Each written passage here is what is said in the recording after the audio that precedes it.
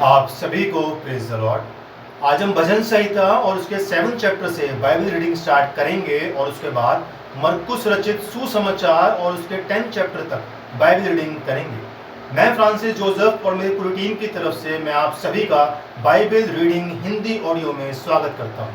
आइए हम प्रार्थना में चलें।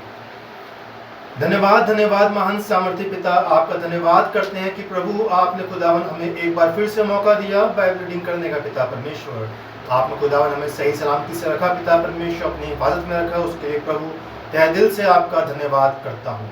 जो आज आपने जो वचन दिया है प्रभु, जो वचन पढ़ा जाए और जो वचन सुना जाए, उसके ऊपर खुदा अपनी बड़ा आशीष भरा आप हाथ रखें।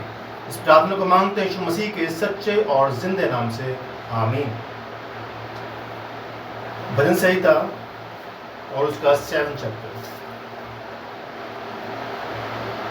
हे मेरे परमेश्वर यहोवा, मेरा भरोसा तुझ पर है। सब पीछा करने वालों से मुझे बचा और छुटकारा दे। ऐसा ना हो कि वे मुझको सिंह के समान फाड़ कर टुकड़े टुकड़े कर डाले और कोई मेरा छुड़ाने वाला ना हो। हे मेरे परमेश्वर यहोवा, यदि मैंने ये किया हो, यदि मेरे हाथों से कुटिल काम हुआ हो, यदि मैंने अपने मेल रखने वालों से भलाई के बदले बुराई की हो, या मैंने उसको जो अकारण मेरा बैरी था लूटा है, तो शत्रु मेरे प्राण का पीछा करके मुझे आ पकड़े और मेरे प्राण को भूमि पर रौंदे और मेरी महिमा को मिट्टी में मिला दे। हे यहोवा, अपने क्रोध में उठ। क्रोध से भरे मेरे सताने वाले के विरुद्ध तू खड़ा हो जा। मेरे लिए जाग, तूने न्याय की आज्ञा दे दी है। देश देश के लोगों की मंडली तेरे चारों ओर है हो, और तू उनके ऊपर से होकर ऊंचे स्थानों पर लौट जा। यहोवा जाति जाति का न्याय करता है। यहोवा मेरे धर्म और खराई के अनुसार मेरा न्याय चुका दे। भला हो कि दुष्टों की बुराई का अंत हो जाए, परंतु धर्म को तू स्थिर कर, क्योंकि धर्मी परमेश्वर मन और मम्र का ज्ञाता है। मेरी ढाल परमेश्वर के हाथ में है, वह सीधे मन वालों को बचाता है। परमेश्वर धर्मी और न्यायी है, वरन ऐसा ईश्वर है जो प्रतिदिन क्रोध करता है। यदि मनुष्य ना फिरे तो वह अपनी तलवार पर सान चढ़ाएगा। वह अपना धनुष चढ़ाकर तीर संधान चुका है, और उस मनुष्य के लिए उसने मृत्यु के हथियार तैयार कर लिए हैं। वह अपने तीरों को अग्नि बाण बनाता है। देख, दुष्ट को अनर्थ काम की पीड़ाएं हो रही हैं। उसको उत्पात का गर्भ है और उससे झूठ का जन्म हुआ।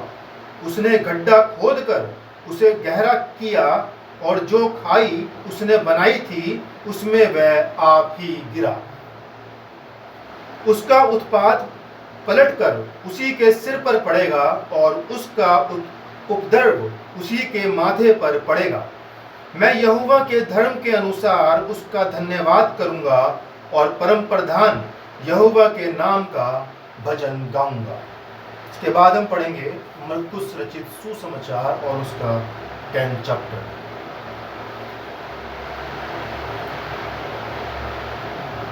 फिर वह वहां से उठकर यहूदिया की सीमा में और यरदन के पार आया।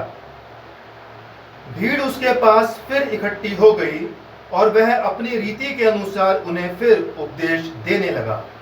तब फरीसियों ने उसके पास आकर उसकी परीक्षा करने को उससे पूछा, क्या ये उचित है कि मनुष्य अपनी पत्नी को त्यागे? उसने उनको उत्तर दिया, मूसा ने तुम्हें क्या आज्ञा दी है? उन्होंने कहा, मूसा ने त्यागपत्र लिखने और त्यागने की आज्ञा दी है।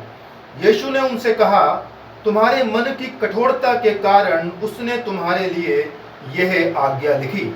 पर सृष्टि के आरंभ से परमेश्वर ने नर और नारी करके उनको बनाया है।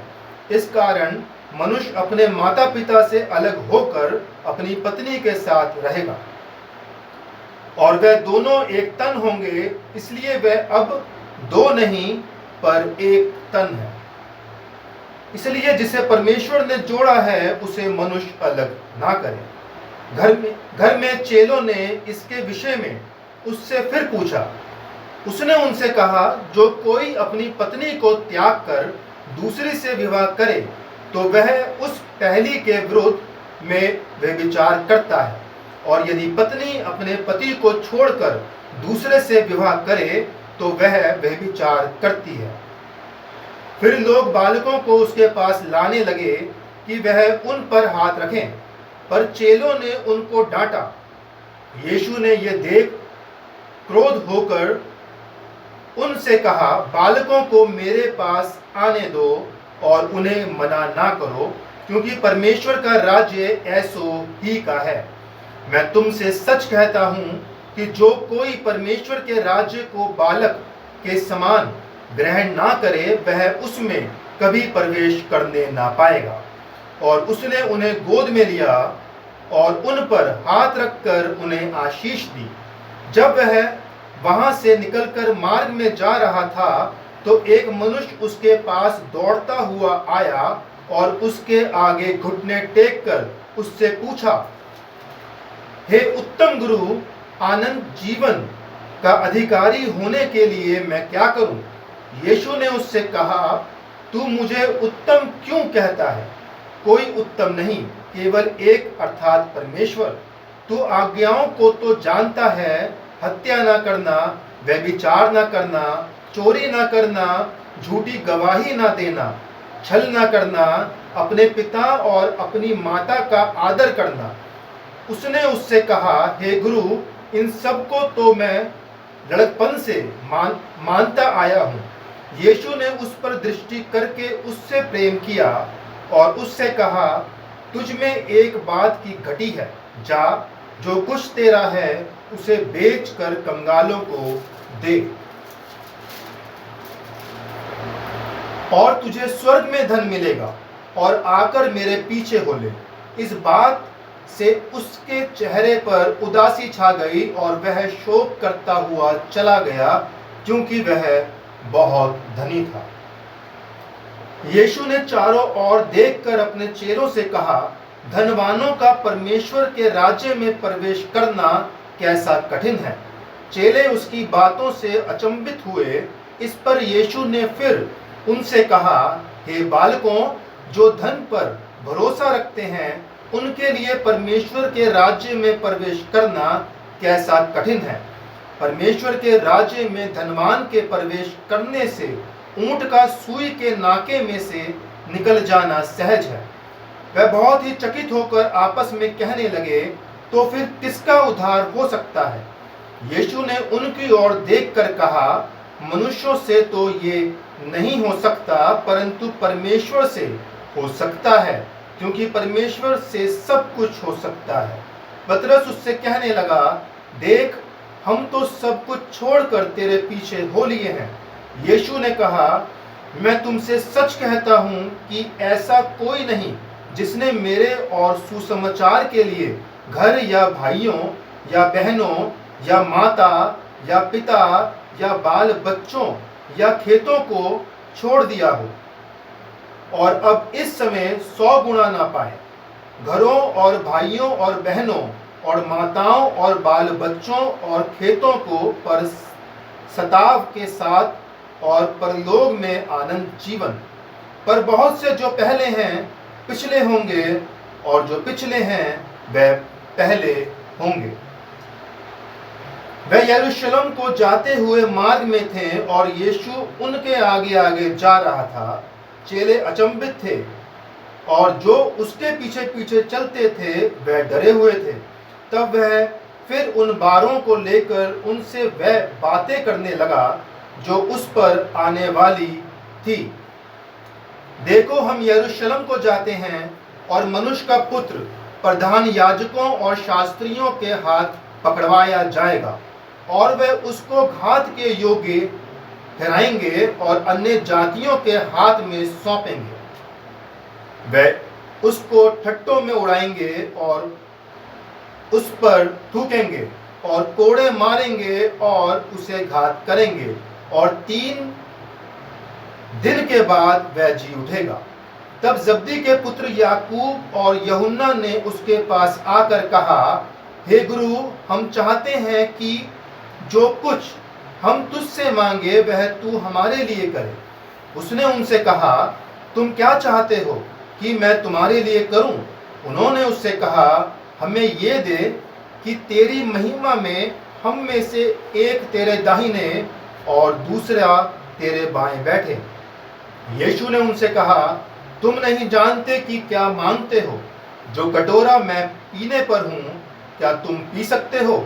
और जो बपतिस्मा मैं लेने पर हूँ क्या तुम ले सकते हो? उन्होंने उससे कहा, हमसे हो सकता है। यीशु ने उनसे कहा, जो कटोरा मैं पीने पर हूँ तुम पियोगे, और जो बपतिस्मा मैं लेने पर हूँ उसे लोगे। पर जिनके लिए तैयार किया गया है उन्हें छोड़ और किसी को अपने दाहिने और अपने बाएं बिठाना मेरा काम नहीं।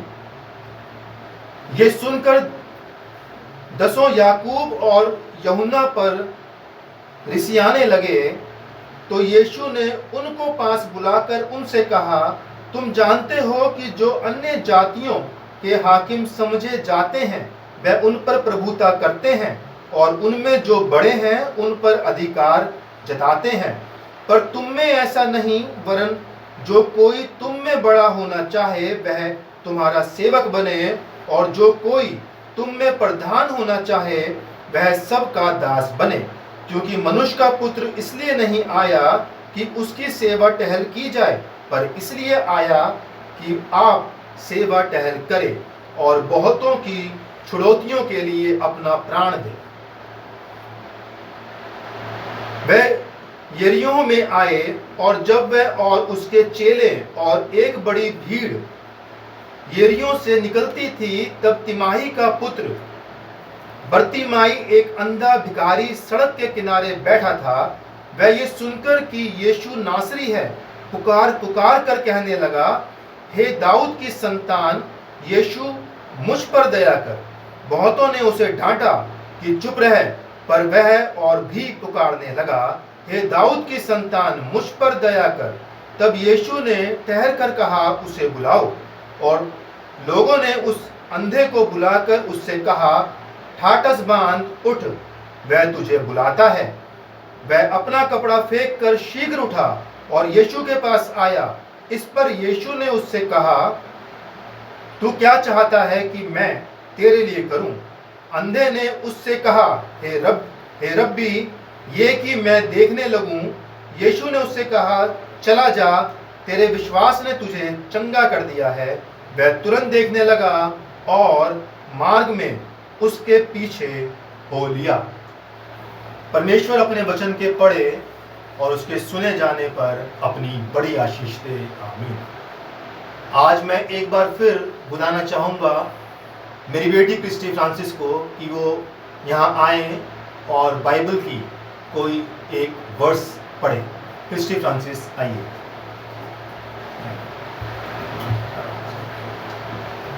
Very good. Praise the Lord बोलो। आज कौन सी बाइबल की वर्स पढ़ेंगे आप?